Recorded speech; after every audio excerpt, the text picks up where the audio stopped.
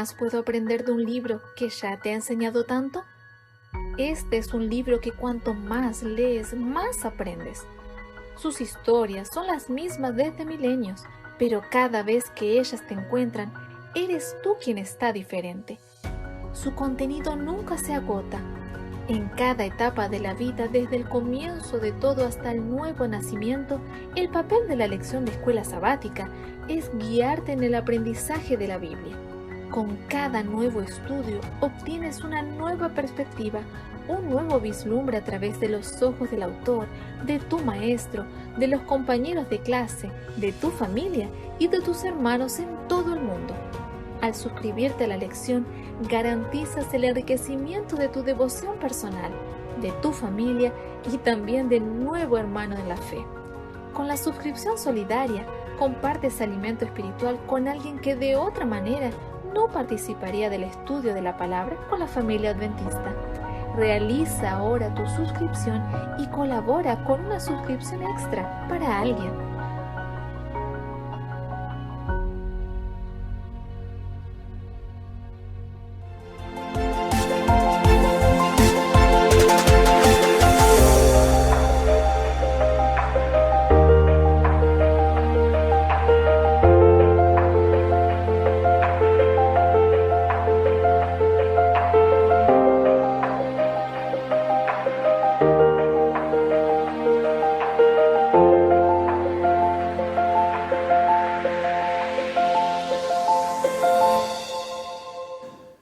Hola queridos amigos, qué alegría poder reunirnos una vez más en torno a las profecías de Daniel en esta serie de conferencias que hemos iniciado y hoy día llegamos a la 9ª jornada y que tiene relación con el capítulo número 9 de Daniel. Ha sido un viaje maravilloso hasta aquí y sin duda hemos podido aclarar muchas dudas y también han surgido muchas inquietudes, pero que también en este viaje, en los próximos capítulos que quedan y en esta jornada podremos ir despejando, podremos desmenuzar, analizar en detalle un capítulo maravilloso y que tiene que ver con dos aspectos fundamentales de lo que son las profecías. En primer lugar tenemos las profecías de las 70 semanas y también dentro de una profecía más grande, las 2300 tardes y mañana, que ya nuestro amigo y hermano Manuel Rojas algo esbozaba, algo decía en su capítulo número 8.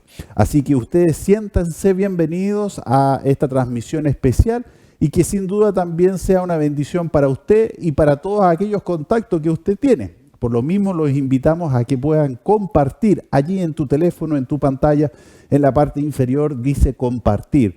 Comparte esta esperanza para que también el mensaje, la gran comisión que tenemos pueda llegar aún más lejos. Así que muy bienvenidos a cada uno, tanto a través de la plataforma de Facebook o si tú nos estás mirando en este momento a través de YouTube.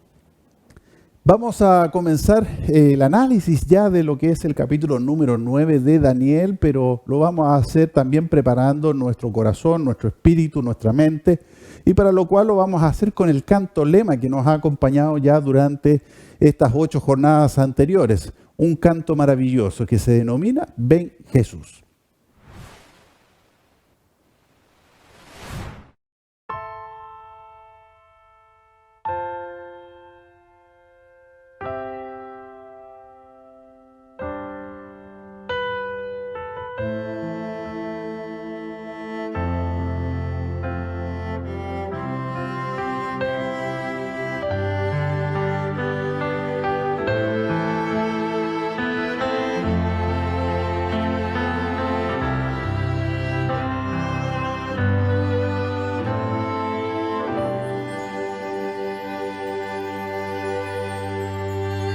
Ya puedo ver las señales, Jesús a las puertas está.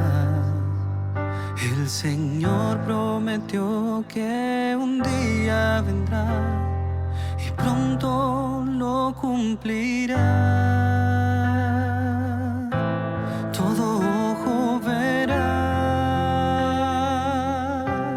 a Jesús regresar. En las nubes vendrá, todo terminará.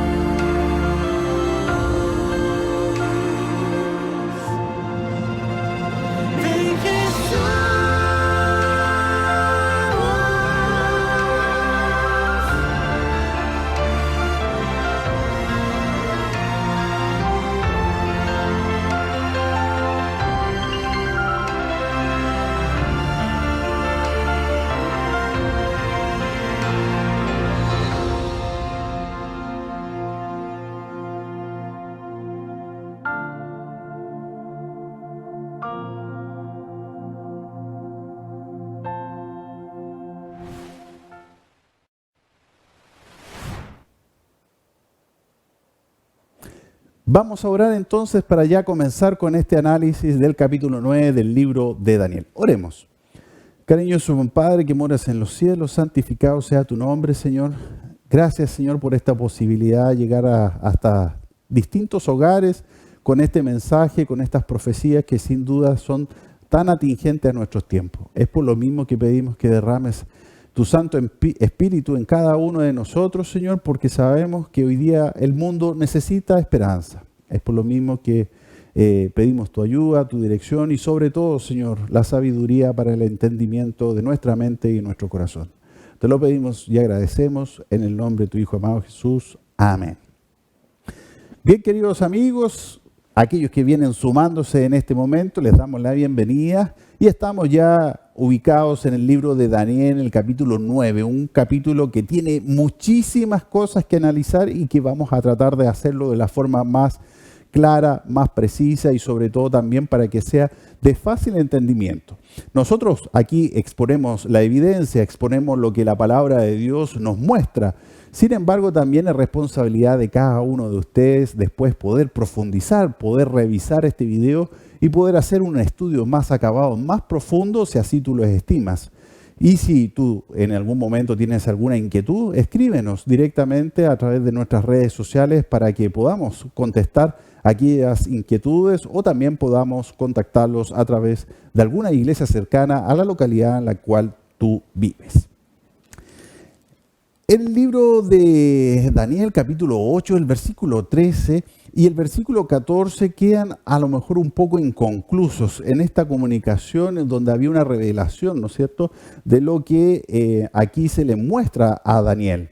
Se le muestra algo que realmente no lo entiende en el capítulo 9 y que lo mantiene con bastante inquietud porque lo que había visto, lo que había sido anunciado, no tenía entendimiento en su pensar. Es por eso que los invito desde ya a que podamos retomar desde el capítulo 8 del libro de Daniel, el versículo 13, porque aquí en este versículo se hace una pregunta por parte de Daniel. Se hace la pregunta sobre cuánto tiempo duraría la persecución del cuerno pequeño, digo. Y el versículo 14 del libro de Daniel, del capítulo 8, dice, y él respondió, haciendo alusión, ¿no es cierto?, al ángel, hasta 2300 días de tarde y mañana. Entonces el santuario será purificado. Dicho eso, el libro de Daniel parte con el capítulo 9, haciendo un aterrizaje en el primer año de Darío, hijo de Asuero, de la raza de los Medos, que llega a ser rey de los caldeos. Eso nos ubica en la línea del tiempo en el año 538 a.C. Ante esta inquietud, también Daniel pensó que lo que se le había revelado en el libro de Daniel capítulo 8 tenía que ver con una purificación del santuario terrenal. Dado que también Daniel había hecho un estudio profundo de lo que era la profecía de Jeremías, capítulo 25, versículo 12, y en el cual también allí podemos encontrar el anuncio y la profecía en el cual el pueblo judío iba a estar en cautiverio 70 años donde vivieron junto al imperio de Nabucodonosor en Babilonia, y allí en esa ocasión Daniel, haciendo este estudio, se da cuenta que solo faltaban 2 años desde la época en que él había iniciado el cautiverio para que se cumplieran estos 70 años. En ese contexto, Daniel tampoco logra entender estas 2300 tardes y mañanas, porque al hacer la interpretación profética de día por año, claramente tampoco le encajaban dentro del periodo de los 70 años, que daba pasado en alrededor de 6 años. Y es así que podemos entonces identificar en el capítulo 9, así como lo muestra la lámina, que llega a su punto más excelso al revelarse a Daniel que el Mesías, rey del universo, del capítulo 7, y pontífice del capítulo 8, es también ahora el sacrificio en el capítulo 9. ¿Y por qué hace esta similitud, ¿no?, en una escala de descenso desde el rey del universo, pasando por el pontífice y finalizando en el capítulo 9 como el sacrificio? Basado también en otras palabras de lo que nos muestra la Biblia en el libro de Filipenses capítulo 2, versículo del 6 al 8, que dice: quien, aunque era de condición divina, no quiso aferrarse a su igualdad con Dios, sino que se despojó de sí mismo, tomó la condición de siervo y se hizo semejante a los hombres. Y quien al tomar la condición de hombre, se humilló a sí mismo y se hizo obediente hasta la muerte, y muerte en la cruz. Entonces podemos ver que este Rey del universo, a partir de lo que la misma palabra nos muestra, deja esa deidad y llega al punto de sacrificio a humillarse a sí mismo, basado en lo que aquí en Filipenses 2, del 6 al 8, nos muestra y nos permite un mejor entendimiento. Ahora, dicho eso, y teniendo estos dos aspectos en claridad en el estudio que estamos llevando adelante, es importante entonces mencionar lo que el versículo 3 y 4 del capítulo 9 nos señala, porque aquí Daniel hace una oración. Eleva una oración donde también hace un mea culpa de todo lo que el pueblo se había alejado de los caminos de Dios. Y buscaba una respuesta, buscaba volver a la Israel y poder allí comenzar nuevamente con la vía fuera del cautiverio. Es por eso que el versículo 3 dice: entonces volví mi rostro al Señor Dios y lo busqué en oración y ruego, en ayuno, cilicio y ceniza. Oré al Señor mi Dios e hice esta confesión. Ahora, Señor Dios grande, digno de ser reverenciado, que guardas el pacto de amor con los que te aman y obedecen tus mandamientos. Y el 5, fíjense lo que dice: hemos pecado, hemos cometido iniquidad, hemos obrado impíamente, hemos ido rebeldes y nos hemos apartado de tus mandamientos y tus juicios. Claramente aquí hace un reconocimiento en plural, donde él también se incorpora dentro de esta situación de pecado, haciendo un detalle de todos los aspectos. Podríamos decir que toda la vida en sí de Daniel y de todo su pueblo estaba inmerso dentro de estos pecados que aquí se detallan en el capítulo 5, haciendo un reconocimiento y un arrepentimiento de verdad. ¿Para qué? Para poder pedir la sabiduría del Señor y tener este entendimiento tan anhelado por Daniel que hasta ese momento no existía. Entonces, en Daniel 9, 3 al 4, como acabamos de leer, podemos encontrar un reconocimiento de la condición pecadora. Se pide misericordia al Señor y se hace un pedido específico: que Dios actúe en un segundo éxodo, librándolos de Babilonia. Es así como se hace el relato desde el versículo 3 en adelante hasta el 19. Se hace un detalle en el cual hace un reconocimiento y se cumple con este pedido específico donde se le pide al Señor que actúe para la liberación de su pueblo, atendido de que la profecía de estos 70 años en cautiverio estaba por completarse. Y por eso en la lámina ustedes pueden observar que también se hace alusión a lo que es el libro de Daniel en el capítulo 9, versículo del 20 al 23, porque allí se relata cómo el ángel Gabriel acude al auxilio y a la contestación de la oración. Y esta oración es contestada de forma inmediata. Y la contestación tiene que ver en primera parte claramente con lo que Daniel anhelaba, que era entender qué iba a pasar con su pueblo al pasar estos 70 años y poder entender entonces de qué manera estas 2300 tardes y mañanas encajaban dentro de todo este panorama que él tenía en su cabeza. Entonces es allí donde los versículos del 24 al 27 del capítulo 9 de Daniel se hace una explicación y se hace muy específicamente algunos aspectos que debían ocurrir en esta línea del tiempo. Es allí entonces que aparecen dentro de estas 2300 tardes y mañanas, a la cual debía purificarse entonces el santuario celestial, un principio bastante interesante, porque el versículo 24 dice: 70 semanas están determinadas sobre tu pueblo y tu santa ciudad, para acabar la prevaricación, poner fin al pecado, expiar la iniquidad, traer la justicia de los siglos, sellar la visión y la profecía y ungir al santo de los santos. Es decir, se están estableciendo los objetivos de estas 70 semanas. 70 semanas que estaban dirigidas al pueblo de Daniel y que estaban dedicadas justamente a un periodo en el cual pudieran haber un arrepentimiento, estableciendo y logrando estos objetivos que aquí se estaban trazando. Por lo tanto, hay una contestación en la cual se le señala a Daniel que hay 70 semanas destinados al pueblo de Israel. Ahora bien, es importante que debemos aplicar lo que hemos venido estudiando, ¿no? Un día es igual a un año a partir de lo que la misma Biblia nos muestra en Ezequiel 4:6 y en Números 14:34.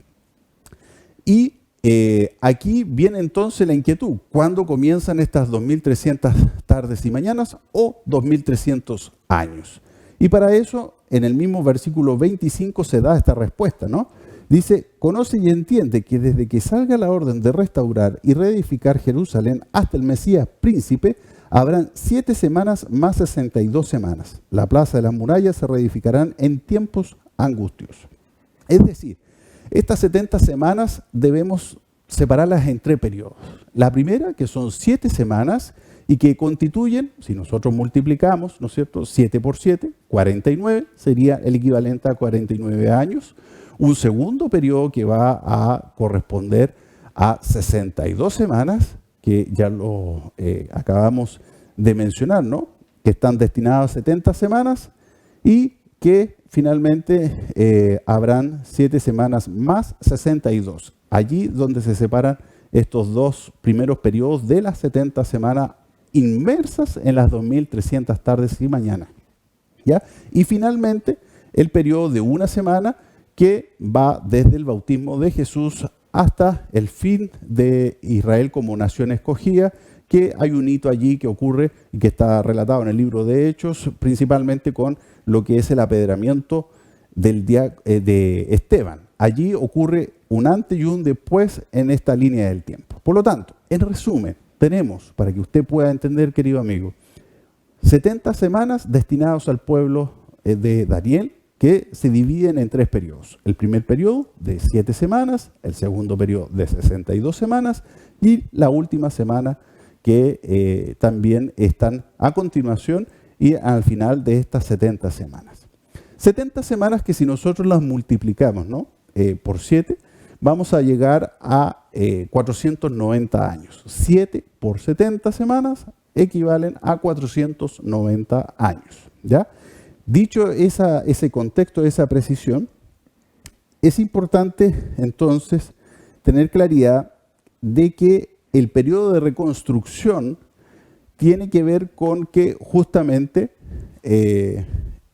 comienzan en el año 457 a.C., que es el 7º año del rey Artajerjes y que está avalado en lo que la misma Biblia y la historia nos muestra a través del libro de Esdras, por ejemplo, capítulo 7, versículo del 1 al 26. Ahí usted puede hacer el relato y la revisión de lo que estamos conversando. Pero también, previo al decreto de Artajerjes, hubo 2 más que permitieron el retorno seguro y el regreso de los judíos desde el exilio. El primero de ellos fue en el año 537 a.C., que fue el primer año de Ciro. Cerca del año 519 a.C. está el reinado de Darío I y finalmente el que yo le menciono. Usted se podrá preguntar por qué entonces no corre la línea del tiempo desde el primer decreto de regreso de cautiverio del pueblo judío. Pues bien, los 2 primeros no tienen una característica particular que sí tiene el último decreto del rey Artajerjes. Y este es que en el último periodo sí se cumplen las condiciones de Daniel 9:25, porque el rey Artajerjes, junto con permitir el retorno seguro del pueblo judío, le da autonomía gubernamental, le da autonomía política. Es por eso que ese sí cumple las condiciones para poder nosotros comenzar a considerar lo que esta profecía nos muestra en el versículo 25 y que corresponde al año 457 a.C. Usted se preguntará por qué demoraron tantos años en construir o reconstruir las murallas y el templo. Bueno, yo lo invito a que pueda revisar el capítulo 10 de esta misma serie de conferencias, porque allí se profundiza las dificultades que tuvo el pueblo judío para poder concretar esta reconstrucción y a qué se debió. Eso es lo importante y que también usted lo puede revisar a través del libro de Esdras en el capítulo 6, versículo 14, capítulo 7, versículos 25 y 26. Pero es importante que en este momento usted entienda que el periodo de inicio y la condición se da en el año 457 a.C. con este decreto del rey Artajerjes, con la característica particular de la autonomía gubernamental y política. Ahora, usted en la línea del tiempo también se habrá percatado que luego vienen las 62 semanas, ¿no? Y que finalmente entramos o que terminan en este periodo junto con el bautismo de Jesús. Y usted se preguntará, bueno, ¿y por qué era necesario que Jesús sea ungido, que sea bautizado si Él es Dios? Bueno, la verdad es que Él, para que pueda iniciar su sacerdocio, necesitaba obviamente esta unción, y esta unción debía ser pública. Es por eso que al momento en que Él se bautiza, ¿qué sucede en esa escena? Baja una paloma y también se escucha una gran voz que dice, Él es mi Hijo amado. Entonces, eso ocurre en ese periodo y es así que el Señor deja escrita esta profecía para marcar allí el inicio de la última semana. Esa última semana que en definitiva va a tener una duración de 7 años. Si nosotros desde el año 27 después de Cristo le sumamos 7 años, vamos a llegar obviamente al año 34 después de Cristo. ¿Ya? Y la profecía nos muestra en estos versículos que leímos que en el versículo 27, en otra semana confirmará el pacto de muchos y a la mitad de la semana hará cesar el sacrificio y la ofrenda. Y por lo mismo, a la mitad de esta última semana sería claramente 3,5 para cada lado y lo dejamos en el medio en 31 después de Cristo. Eso permite una igualdad de 3 años y medio por un lado y por el otro tenemos 3 años y medio. Es por eso que a la mitad de la semana debía cesar el sacrificio. Entonces ya tenemos claridad de lo que sucede en cada periodo de estas 70 semanas y que están relatados en el libro de Daniel en el capítulo 9 y como ya hemos dicho, con una antelación de una oración especial, un proceso de ayuno que realiza Daniel para poder tener comprensión de estas 2300 tardes y mañanas. Y también tenemos la claridad de que se ha incorporado una profecía donde se señalan que están determinadas 70 semanas para el pueblo judío, están separadas y es importante tener esa claridad al momento en que nosotros podamos hacer el estudio de esta profecía, que es la profecía más larga que hay en la Biblia. Ya hablábamos que era importante que Jesús, ¿no?, pudiera tener este proceso de ungimiento, este bautismo que ocurre en el año 27 después de Cristo. ¿Es un momento importante? Claro que sí. ¿Por qué? Porque es en ese momento en que Jesús ratifica su voluntariado, ratifica que Él se viene a ofrecer para cumplir la misión a la cual Él aceptó libremente. Es por eso que este hito está marcado y está incorporado dentro de la profecía, porque lo hace visible a la humanidad, donde este ofrecimiento voluntario se ratifica en ese acto. Y fíjense lo que ocurre en la palabra de Dios, en el libro de Gálatas, capítulo 4, versículo 4. Vamos al libro de Gálatas rápidamente para poder hacer este estudio y en el cual nosotros podamos tener mayor comprensión de los tiempos que el Señor otorga en sus profecías. Dice, pero cuando se cumplió el tiempo, Dios envió a su Hijo, nacido de mujer, nacido bajo la ley. Recuerden que estamos en un contexto de profecía. Y llegado el momento, nació Jesús. Sabemos también las persecuciones que hubo o los intentos que hubo por también matar al pequeño Jesús en una etapa temprana y que ustedes podrán verlo posteriormente en un análisis más profundizado en el capítulo 10. Pero aquí lo importante es que los tiempos del Señor son perfectos, son exactos. Y es lo que la profecía a Daniel se le muestra y es así como se cumple en cada etapa del proceso. Y yo me quiero detener a que podamos hacer un análisis más profundo de lo que implica la última semana de estas profecías, porque tiene que ver justamente con el periodo en el cual Jesús inicia un ministerio y que finalmente a mitad de ella es interrumpida a través de lo que aquí la misma profecía nos muestra, porque cesa el sacrificio y cesa también todos los que son los sacrificios de cordero. Eso nos muestra la palabra de Dios y se lo vamos a estudiar a continuación. Fíjese usted que al momento en que nosotros vamos a la palabra de Dios, en la lámina que está ustedes mirando en este momento, en el libro de Juan, capítulo 13, versículos del 1 al 14, podemos entender que por eso Jesús sabía que su hora había llegado. ¿Por qué? Porque esto había acontecido antes de la fiesta de la Pascua. Comió con sus discípulos en la noche que amanecía al día en que era muerto el Cordero Pascual. La cena del Señor reemplazaría a la Pascua. Revisemos entonces el libro de Juan, capítulo 13, para que podamos comprender lo que acá estamos leyendo y podamos entonces tener mayor luz. El libro de Juan, capítulo 13, versículos del 1 al 3, porque allí a continuación se relata la última cena, ¿no? Dice, antes de la fiesta de la Pascua, sabiendo Jesús que había llegado su hora de pasar de este mundo al Padre, habiendo amado a los suyos que estaban en el mundo, los amó hasta el fin. Cuando cenaban, el diablo ya había incitado a Judas Iscariote para que lo entregara. Jesús sabía que el Padre había puesto todas las cosas en sus manos, que habían salido de Dios y a Dios volvía. Es interesante porque en el paralelismo, si nosotros analizamos que estábamos en un contexto de vísperas de la fiesta de las Pascuas, recordemos por qué se instaura la fiesta de las Pascuas. ¿Lo sabe usted? Puede responder allí. La fiesta de las Pascuas se instaura por recordar la liberación, ¿no es cierto?, del pueblo desde Egipto.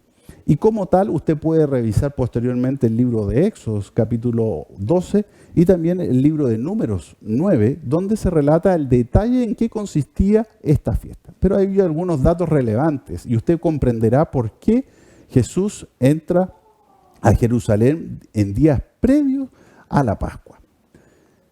El libro de Éxodos, capítulo 12, nos relata y nos enseña que la fiesta de las Pascuas se realizaba justamente el día 14 de Nisán, 14 de Nisán, y que coincide con la fecha que ocurrió la liberación del pueblo y que finalmente también implicaba que se pintaran con sangre las puertas de cada hogar.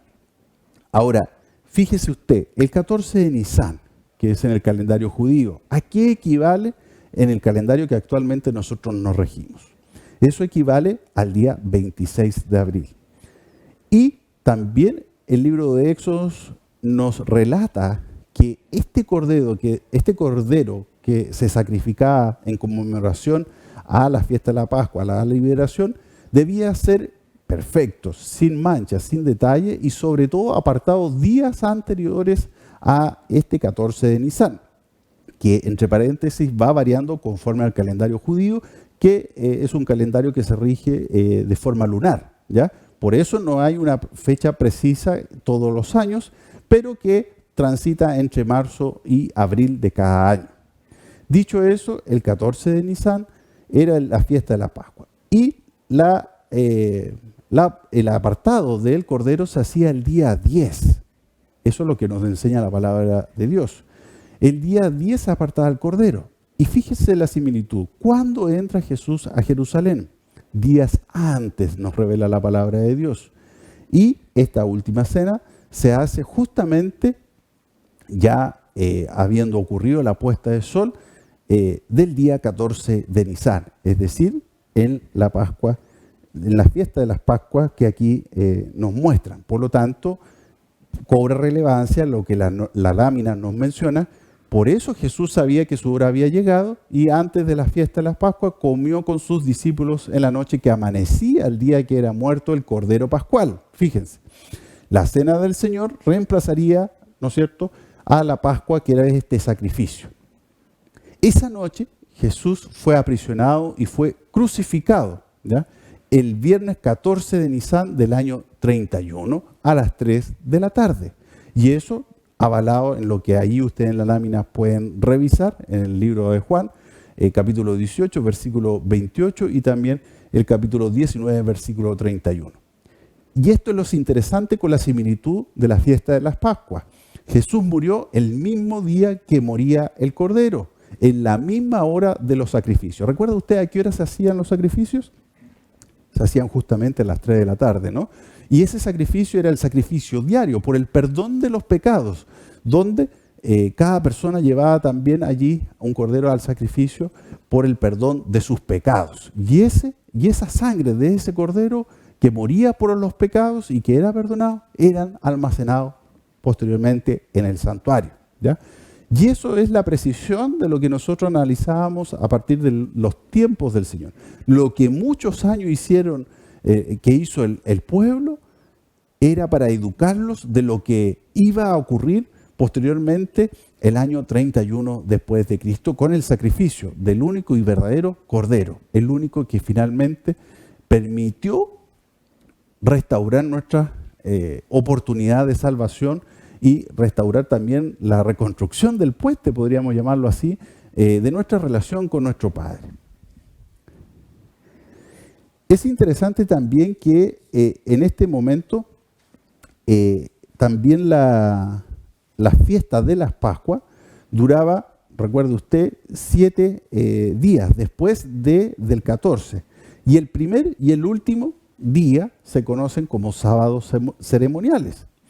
No eran sábados semanales, porque ya le explicaba yo que se va todos los años modificando conforme a este calendario judío que se rige de manera lunar.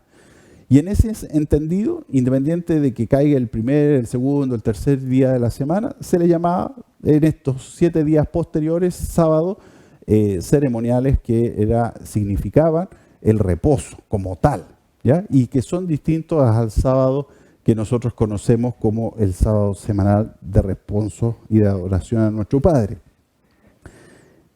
Dentro de todo este contexto, nadie se da cuenta con todo lo que ocurrió de que esta similitud que existía, o esta precisión más bien entre la fiesta de las Pascuas y la fecha y hora de muerte de nuestro Señor Jesucristo, tenía una directa relación y claramente era un anuncio que estaba revelado con mucha anticipación y que ocurren dentro de la última semana de lo que estamos conversando de estas 70 semanas destinadas al pueblo judío, ¿ya? Vamos al libro de Juan. Aquí mismo se revela posteriormente y vamos ahora a trasladarnos al libro de Lucas, capítulo 23. Lucas 23. 23:44. Era ya la hora sexta cuando toda la tierra quedó en tinieblas hasta la hora novena, 3 de la tarde. El sol se oscureció y el velo del templo se rasgó por la mitad. Entonces Jesús exclamó a gran voz: Padre, en tus manos encomiendo mi espíritu. Y habiendo dicho eso, expiró. Fíjense lo que aquí aconteció. Se partió el velo del santuario. ¿Y de qué forma? Revisemos entonces el libro de Mateo para ver de qué forma se parte este velo. Mateo 27, versículos 46. Y del 50 al 51 es lo que yo les menciono. Entonces Jesús, habiendo otra vez exclamado a gran voz, exhaló el espíritu. En eso el velo del templo se rasgó en dos, desde arriba hacia abajo, y la tierra tembló y las rocas se partieron. Interesante, ¿no? El velo se parte desde arriba hacia abajo, cuando lo común es que se abra o se parta desde abajo hacia arriba, como una señal del cielo indicando que los sacrificios cesaban en este momento, porque aquel que se había ofrecido y que había tomado este lugar era el único que era el sacrificio verdadero. Y como tal, entonces, se ponía fin al sacrificio de los animales. Fíjense lo interesante, que aquel cordero que había sido apartado justamente para estas fiestas de las Pascuas, con todo lo que aconteció, con todo lo que tembló, con todo lo que oscureció, escapó. Y por lo tanto no fue sacrificado. Es interesante entonces ver y analizar que el amor muchas veces incomprendido que el Señor tiene por nosotros, de dar a su Hijo unigénito para que tomara el lugar nuestro.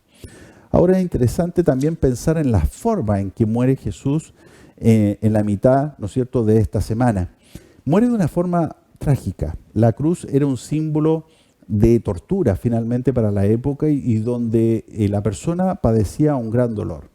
Recuerde usted también que Barrabás, que fue enjuiciado junto con Jesús, al ser en este marco de celebración la oportunidad de que se liberara a uno de los dos, Pilato le da esa posibilidad y eligen a Barrabás y a Jesús entonces el crucificado.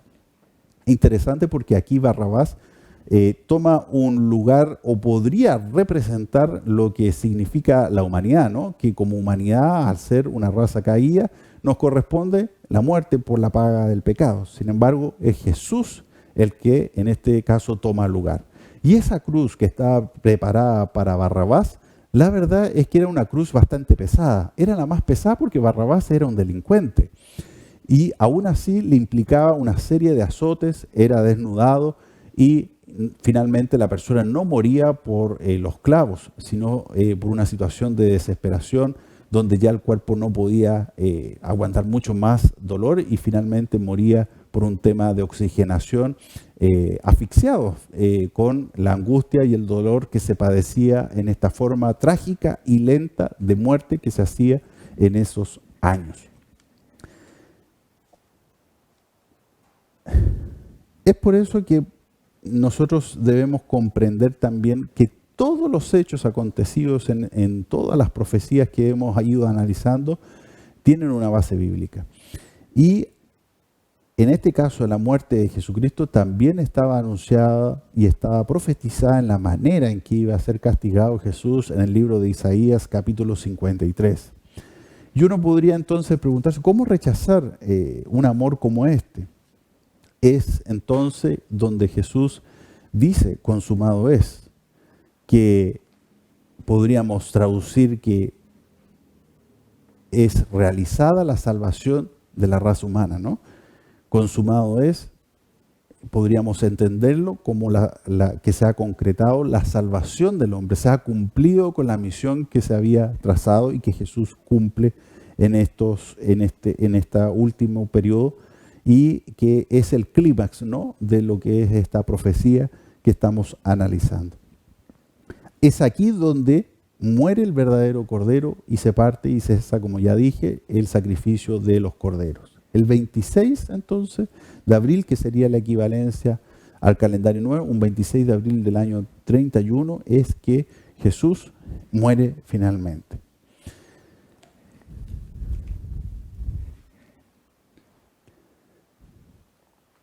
Daniel 7 ya nos mostraba que Jesús en el juicio, actuando a favor de su pueblo, el mundo y el cuerno pequeño en guerra contra Dios, el Rey Eterno, es lo que nos muestra Daniel en el capítulo 7.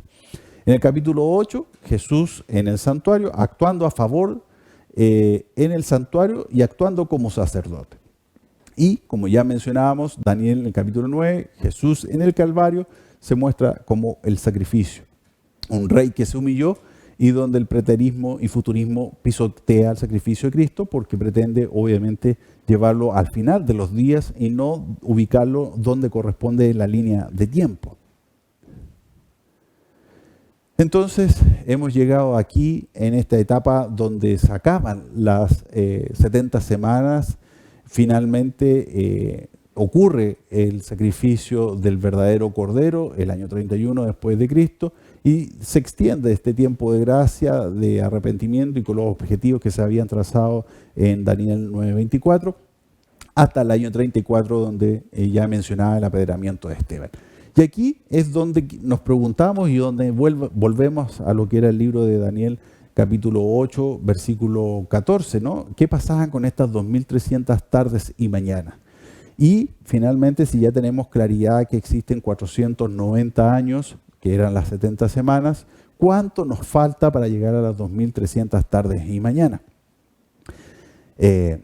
vamos a revisar en primera instancia entonces qué ocurre y por qué decimos nosotros que si restamos 2.300 años a los 490 años, que equivalen a las 70 semanas, nos faltarían 1.800 años, 1.810 años para ser más preciso. Y si a estos 1.810 le sumamos los 34 que ya estábamos en la línea del tiempo, vamos a llegar al año 1844. Y entre medio hay fechas importantes que también vamos a analizar en los capítulos sucesivos y que ya también Manuel en el capítulo anterior ya mencionaba, ¿no? Pero precisar, por ejemplo, que en el año 1798 es el fin del periodo al Papa como poder absolutista y perseguidor. Y en consecuencia, Daniel 7 también ya nos mostraba y hablaba que habría un juicio, que sería después que el cuerno pequeño actuara en la tierra. ¿Y cuándo termina de actuar? Justamente en el año 1798, que nos muestra la historia y se cumple una vez más la profecía de que habría un juicio, que se iniciaría un juicio posterior al término de esta persecución. Y ese juicio inicia justamente el año 1844. Ahora usted se dirá, ¿pero qué tipo de juicio? ¿Dónde? Porque no olvide usted que Daniel había pensado que la purificación del santuario ocurriría en la tierra y que la reconstrucción que le anunciaba el ángel Gabriel tenía que ver con que en ese lugar iban a volver a ocurrir los sacrificios, ¿ya? Pero la verdad es que es otra. Revisemos entonces la palabra de Dios porque aquí es importante que nos podamos situar en el libro de Hebreos, capítulo 8, versículos del 1 al 2, y usted puede abrir su Biblia. Dice el libro de Hebreos, dice el libro de Hebreos 8, 1 al 2. Lo principal que venimos diciendo es que tenemos un sumo sacerdote que se sentó a la diestra del trono de la majestad en el cielo y es ministro del santuario, de aquel verdadero santuario que levantó el Señor y no el hombre. ¿Se da cuenta? Estamos hablando de que el santuario que se le fue instruido a Moisés que pudiera construir una copia aquí en la tierra y que lo hiciera conforme a todo lo que estaba mirando en ese momento, se vuelve a ratificar de que existe un santuario, pero un santuario celestial, y que es allí donde el sumo sacerdote, Cristo Jesús, se sentó a la diestra del trono de la majestad en el cielo y es ministro del santuario, de aquel verdadero santuario que levantó el Señor y no el hombre. Ahora bien, fíjese lo que dice el versículo 5 del mismo capítulo. Estos sacerdotes sirven en un santuario que es copia y sombra del que está en el cielo. Por eso Dios dijo a Moisés cuando iba a construir el santuario: haz todo conforme al modelo que te fue mostrado en el monte. Y el versículo 23 del capítulo 9 del libro de Hebreos dice: fue pues necesario que la copia de las realidades celestiales fuese purificada con esos sacrificios. Pero las realidades celestiales mismas requieren mejor sacrificio que estos. Interesante lo que la palabra de Dios nos muestra. Hay entonces un santuario celestial y que esa purificación que está haciendo alusión el libro de Daniel en el capítulo 8, versículo 14, tiene que ver justamente con esto, ¿no?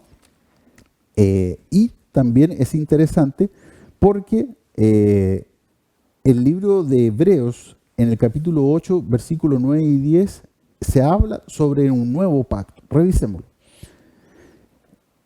No como el pacto que hice con sus padres el día que lo tomé por la mano para sacarlos de Egipto, porque ellos no permanecieron en mi pacto y me desentendí de ellos, dice el Señor. Este es el pacto que haré con la casa del Israel, haciendo alusión al Israel espiritual, después de esos días, dice el Señor. Pondré mis leyes en la mente de ellos y las escribiré en sus corazones y seré su Dios y ellos serán mi pueblo. Ah, interesante.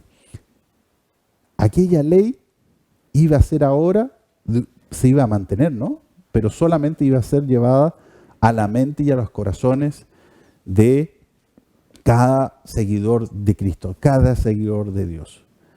Y hoy día, ¿es así como nosotros adoramos al Señor? ¿Es así como nosotros llevamos la ley en nuestra mente, en nuestro corazón? La ley no ha sido abolida. La ley no quedó abolida con el sacrificio de Cristo ni con su venida. Solo ha cesado el sacrificio terrenal, el sacrificio aquel que se hacía, que se enseñó y que se hizo por muchos años, aquel sacrificio de corderos. Pero la ley se mantiene. Hoy día, dice el Señor, en nuestras mentes y en nuestros corazones, y este será su pueblo. Y como tal, entonces, teniendo la claridad de lo que hoy día nuestro Señor está haciendo y dónde se encuentra, debemos también entender que y preguntarnos por qué existe esta necesidad de que el santuario celestial fuera purificado, fuera limpiado. Y la Biblia también nos habla en Hebreos capítulo 9, versículos 25 y 26 del libro de Hebreos. Tampoco entró para ofrecerse muchas veces a sí mismo, como entra el sumo sacerdote en el lugar santísimo cada año con sangre ajena. Recuerde usted el día de la expiación. El día de la expiación donde había una limpieza y una purificación del santuario terrenal, de aquellos pecados que estaban acumulados durante el año. Entonces, lo que nos está hablando el libro de Hebreos es que en el santuario celestial, Jesús no es que se ofrezca nuevamente por cada vez que exista un pecado, porque el sacrificio es una sola vez, y eso es lo que aquí está precisando. Vuelvo y leo. Tampoco entró para ofrecerse muchas veces a sí mismo, como entra el sumo sacerdote en el lugar santísimo cada año con sangre ajena.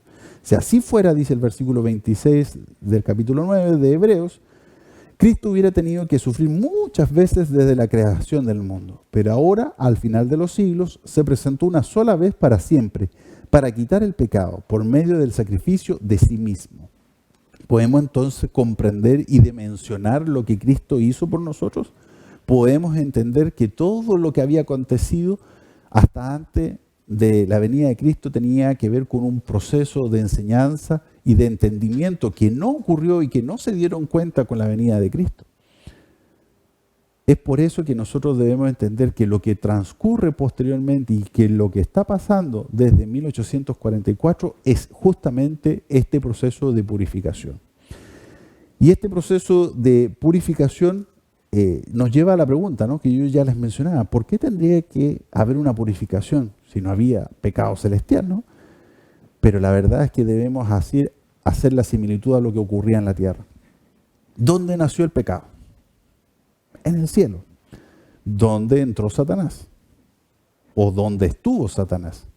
En el cielo. ¿Dónde ocurrió la rebelión? En el cielo. Y lo que ocurrió posteriormente es que a la tierra se trasladó el conflicto, ¿no? Lo que se necesita ser purificado son los registros del pecado. En el santuario terrenal, el pecador traía ofrendas de sangre y entraba al santuario. Al ingresar la sangre al santuario, ¿qué pasaba? Un registro del pecado simbólico que quedaba en ese lugar. Y como ya les mencionaba, una vez al año ocurría esta limpieza de estos registros de pecado simbólico que habían en el santuario terrenal. Daniel 7 entonces nos muestra que el juicio ocurre para todos los cristianos, pero la verdad es que no todos los cristianos son de verdad.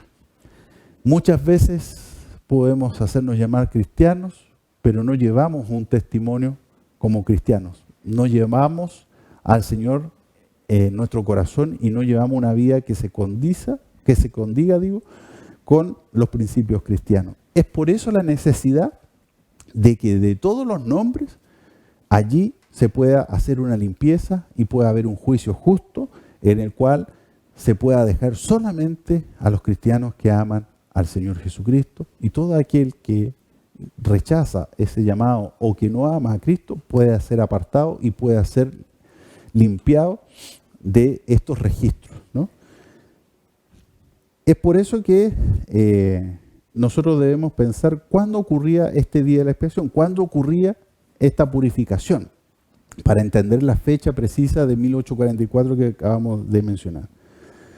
Dice la palabra de Dios en el libro de Levíticos, capítulo 16, versículos 29 y 30. Usted lo puede revisar desde su hogar. dice que el 10º día del 7º mes debía ocurrir esta expiación. Y que si nosotros lo hacemos a la comparación de nuestro calendario, la equivalencia nos da el 22 de octubre. El 22 de octubre era el juicio para el pueblo de Israel o la purificación de este santuario. Es el 22 de octubre. ¿Y qué ocurrió el 22 de octubre de 1844? Ya se había anunciado y había nacido un movimiento en el cual Guillermo Miller, que encabezaba este movimiento, había hecho un estudio justamente de las profecías. Y se dio cuenta que justamente estas 2300 tardes y mañanas venían a concluir en 1844, un 22 de octubre. Y es por eso que se inicia un movimiento, porque al interpretar esto se dio cuenta de que en esa fecha la purificación del santuario lo entendió como la purificación de la tierra, como que este era el santuario, no olvidándose del santuario celestial. Y ante esa purificación comprendió que el 22 de octubre iba a venir Cristo por segunda vez. Y eso lo motivó a llevar adelante un gran movimiento. Y fíjense lo que dice el libro de Apocalipsis capítulo 10, versículo 8. Apocalipsis 10, versículo 8. Y es interesante porque aquí comienza un aspecto profético. La voz que oí del cielo me habló otra vez y me dijo: ve, toma el librito abierto de mano del ángel que está de pie sobre el mar y sobre la tierra. Fui al ángel y le pedí que me diese el librito. Y él me dijo: toma, cómelo. Será dulce como la miel en tu boca, pero amarga en tu estómago. ¿Qué significa esto? Claramente que al descubrir o al entender de que el 22 de octubre de 1844 iba a venir Cristo por segunda vez, es algo dulce a partir del estudio que estaba realizando de la palabra de Dios. Sin embargo, aquello no aconteció, porque lo que se iniciaba en esa fecha, justamente así como hacíamos el paralelismo con el día de la expiación, era el inicio de la purificación del santuario, que ya explicamos el propósito. Es allí donde, al no ver a Cristo venir, se genera esa amargura en el estómago. Pero fíjense lo que ocurrió con todo este gran movimiento que se había iniciado al anunciar la segunda venida de Cristo con una fecha precisa.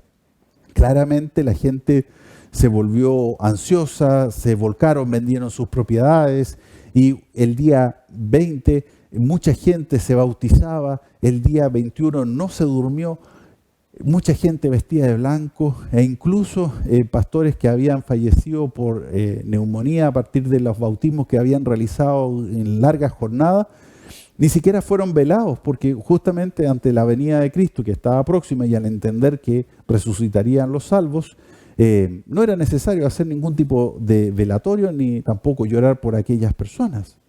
¿Se da cuenta lo que ocurriría si realmente nosotros manejáramos una fecha cierta?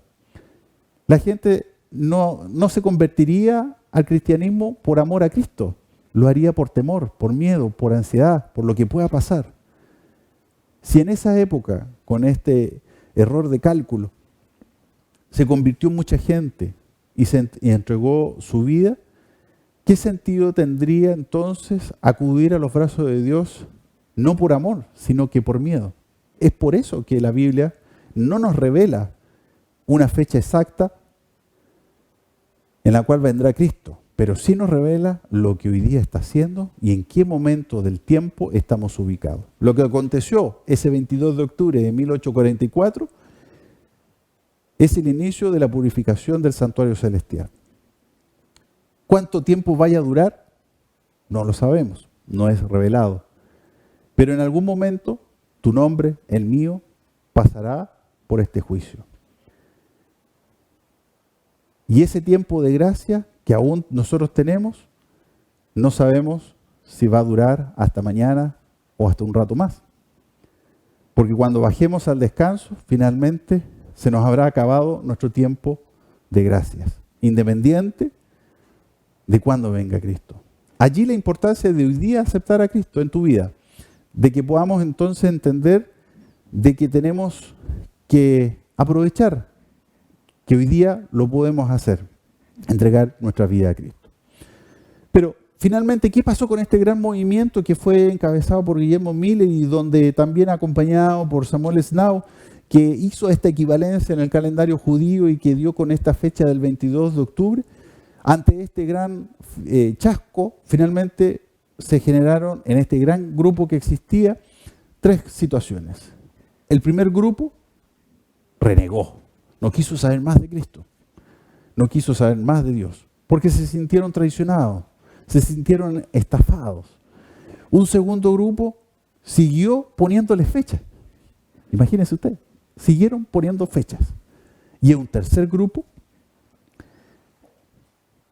es que surgió la Iglesia Adventista del Séptimo Día, a partir de que justamente de una profecía que está aquí relatada justamente en Apocalipsis capítulo 10, ¿no? Porque del versículo 10 en adelante, luego de sentir esta amargura en el estómago, dice: entonces tomé el librito de mano del ángel y lo comí, y en mi boca fue dulce como la miel, pero después lo comí amargo en mi estómago. Y el versículo 11, y él me dijo: es necesario que otra vez profetices a muchos pueblos y naciones, lenguas y reyes. Es decir, este chasco, o esta, entre comillas, equivocación, en las profecías ya estaba anunciado lo que iba a ocurrir, pero iba a ser el nacimiento de un gran movimiento. Y con un propósito profético, ¿no? De aquí, de poder anunciar a muchos pueblos y naciones, lenguas y reyes, que otra vez nosotros anunciemos la palabra de Dios. Y aquí uno se puede hacer la pregunta: ¿qué pasó durante esos 1260 años de persecución del cuerno pequeño? ¿Qué ocurrió? ¿Dónde quedó la verdad? La verdad y la Biblia quedaron por tierra. Y no es que la iglesia esté inventando algo nuevo, está reposicionando el lugar que debe tener la Biblia. Para Dios solo existen 2 religiones. A lo mejor para ti y para mí existen 34.000 o 35.000 religiones. Para Dios existen solo Dios. Aquellos que están con Cristo y aquellos que no. Aquellos que están por amor a Cristo y aquellos que no están por amor a Cristo, o que no aceptan el mensaje. Solo hay 2, y es lo que Cristo va a venir a buscar. Y es eso lo que nosotros tenemos que entender hoy día. Fíjense lo que dice el libro de Apocalipsis 14, 12, y por qué yo hablaba de que este versículo del 11 es profético. Veamos Apocalipsis capítulo 14, versículo 12.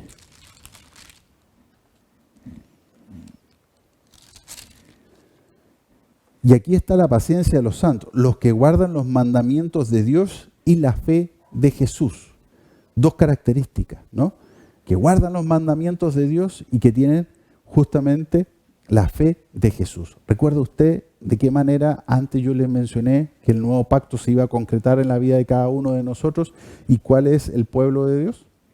¿Recuerda usted que le dije justamente lo mismo? Que la ley ahora está en la mente y en el corazón de cada uno de nosotros. Ese es el pueblo de Dios, los que guardan el mandamiento de Dios y que tienen el testimonio o la fe de Jesús. Es allí que cobra la evidencia y el nacimiento de este movimiento que hoy día conocemos como Iglesia Adventista del Séptimo Día. Y aquí también nosotros podemos irnos entender 2 cosas, ¿no? Vamos a revisar lo que son las láminas. Estamos en 1844.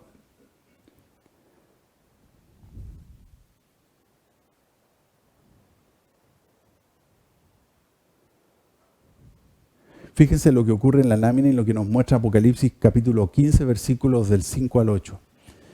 Después miré y vi que se abrió el santuario en el cielo, la tienda del pacto, y salieron del santuario 7 ángeles que llevaban 7 plagas. Iban vestidos de lino limpio y resplandeciente, con bandas de oro alrededor del pecho. Uno de los 4 seres vivientes dio a los 7 ángeles 7 copas de oro, llenas de la ira de Dios, que vive para siempre jamás. Y el santuario se llenó de humo, procedente de la majestad de Dios y de su poder. y ninguno podía entrar en el santuario hasta que se completaran las 7 plagas de los 7 ángeles. Y eso nos muestra, querido amigo, que Jesús aún está en el santuario. Esto nos muestra que Jesús todavía está intercediendo por nosotros, que todavía hay oportunidad. ¿Y por qué se lo digo? No yo, sino que la Biblia, porque las 7 plagas finales aún no han acontecido. Por eso sabemos y ubicamos a Jesús todavía en el santuario. Queremos invitarte, querido amigo, a que hagas una reflexión mientras escuchas este canto lema denominado Ven Jesús. Daniel, capítulo.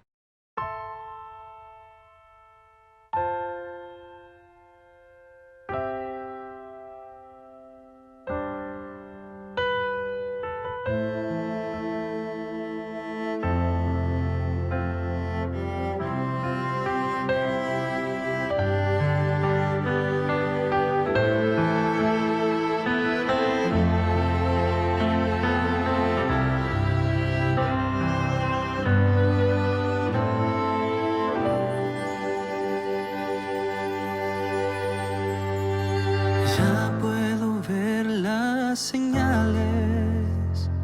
Jesús a las puertas está. El Señor prometió que un día vendrá y pronto lo cumplirá. Todo ojo verá a Jesús regresar.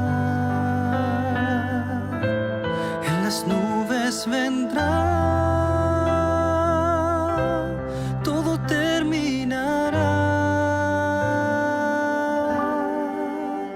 Él vendrá a buscar quien con fe esperó, terminar con el llanto, tristeza y dolor, a llevarnos al cielo, hogar eternal. Ven Jesús.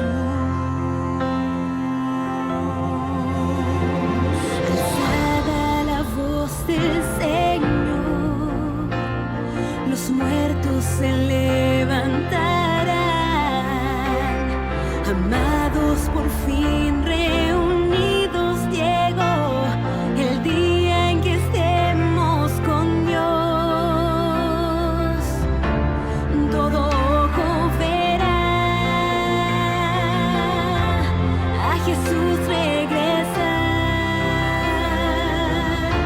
En las nubes vendrá,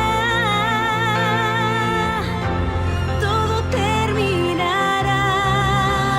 Él vendrá a buscar quien con fe esperó, terminar con el llanto, tristeza y dolor, a llevarnos al cielo, hogar eternal. Ven Jesús. Él vendrá a buscar quien con fe esperó, terminar con el llanto, tristeza y dolor, a llevarnos al cielo, hogar eternal. Ven Jesús. Ven Jesús.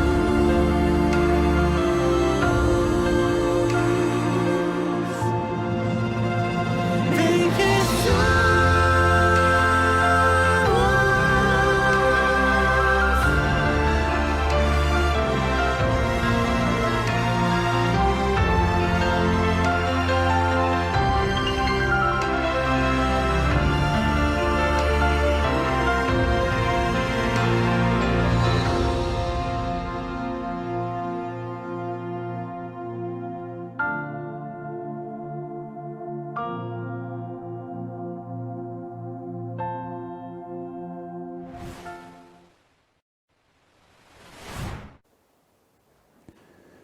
¿Qué tal?